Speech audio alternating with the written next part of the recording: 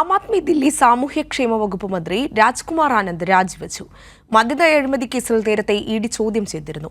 Party അംഗത്വം രാജിവെച്ചിട്ടുണ്ട്. വിവരങ്ങളുമായി Jilby Thomson ദില്ലിയിൽ നിന്ന് ചേരുകയാണ്.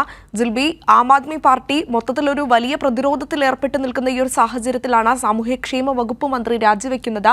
എന്താണ് രാജിക്കുള്ള കാരണം? മറ്റു വിവരങ്ങൾ എങ്ങനെ?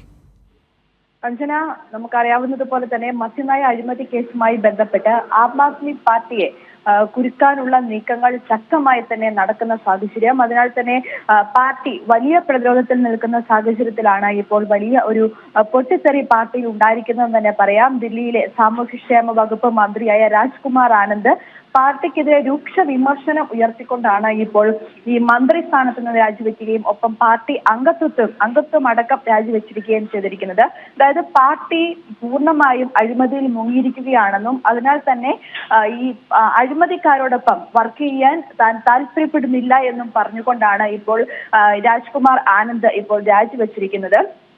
അതുപോലെ തന്നെ ഈ മദ്യനയ അഴിമതി കേസുമായി ബന്ധപ്പെട്ട് നേരത്തെ ഈ രാജ്കുമാർ ആനന്ദിന്റെ വസതിയിൽ ഇഡി എത്തുകയും അതുപോലെ തന്നെ ഇദ്ദേഹത്തെ ചോദ്യം ചെയ്യുകയും ഒക്കെ ചെയ്തിരുന്നു. എന്തായാലും നിലവിലെ സാഹചര്യത്തിൽ ഈ രാജി സമർപ്പിച്ചപ്പോൾ അല്ലെങ്കിൽ അതിനുശേഷം മാധ്യമങ്ങളെ കണ്ടുകൊണ്ട് രാജ്കുമാർ ആനന്ദ് പറഞ്ഞത് പാർട്ടി ഇത്തരത്തിൽ അഴിമതിയിൽ മുങ്ങിയിരിക്കുകയാണ്, അതുപോലെ തന്നെ ഈ ദളിതരെ അവഗണിക്കുന്ന ഒരു നിലപാടുകളൊക്കെയാണ് പാർട്ടിക്കകത്ത് ഉള്ളതെന്നുള്ള കാര്യങ്ങളൊക്കെ ഇത്തരത്തിൽ രാജ്കുമാർ ആനന്ദ് സൂചിപ്പിക്കുകയുണ്ടായി.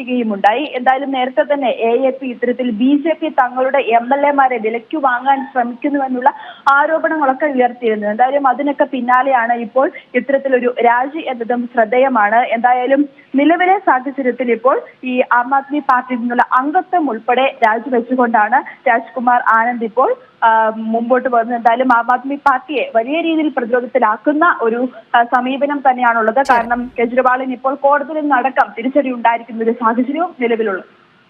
ശരി, ജിൽബി തോംസനാണ് വിവരങ്ങൾ പങ്കുവച്ചത്. ദില്ലി സാമൂഹ്യക്ഷേമ വകുപ്പ് മന്ത്രി രാജ്കുമാർ ആനന്ദ് രാജിവെച്ചിരിക്കുകയാണ്.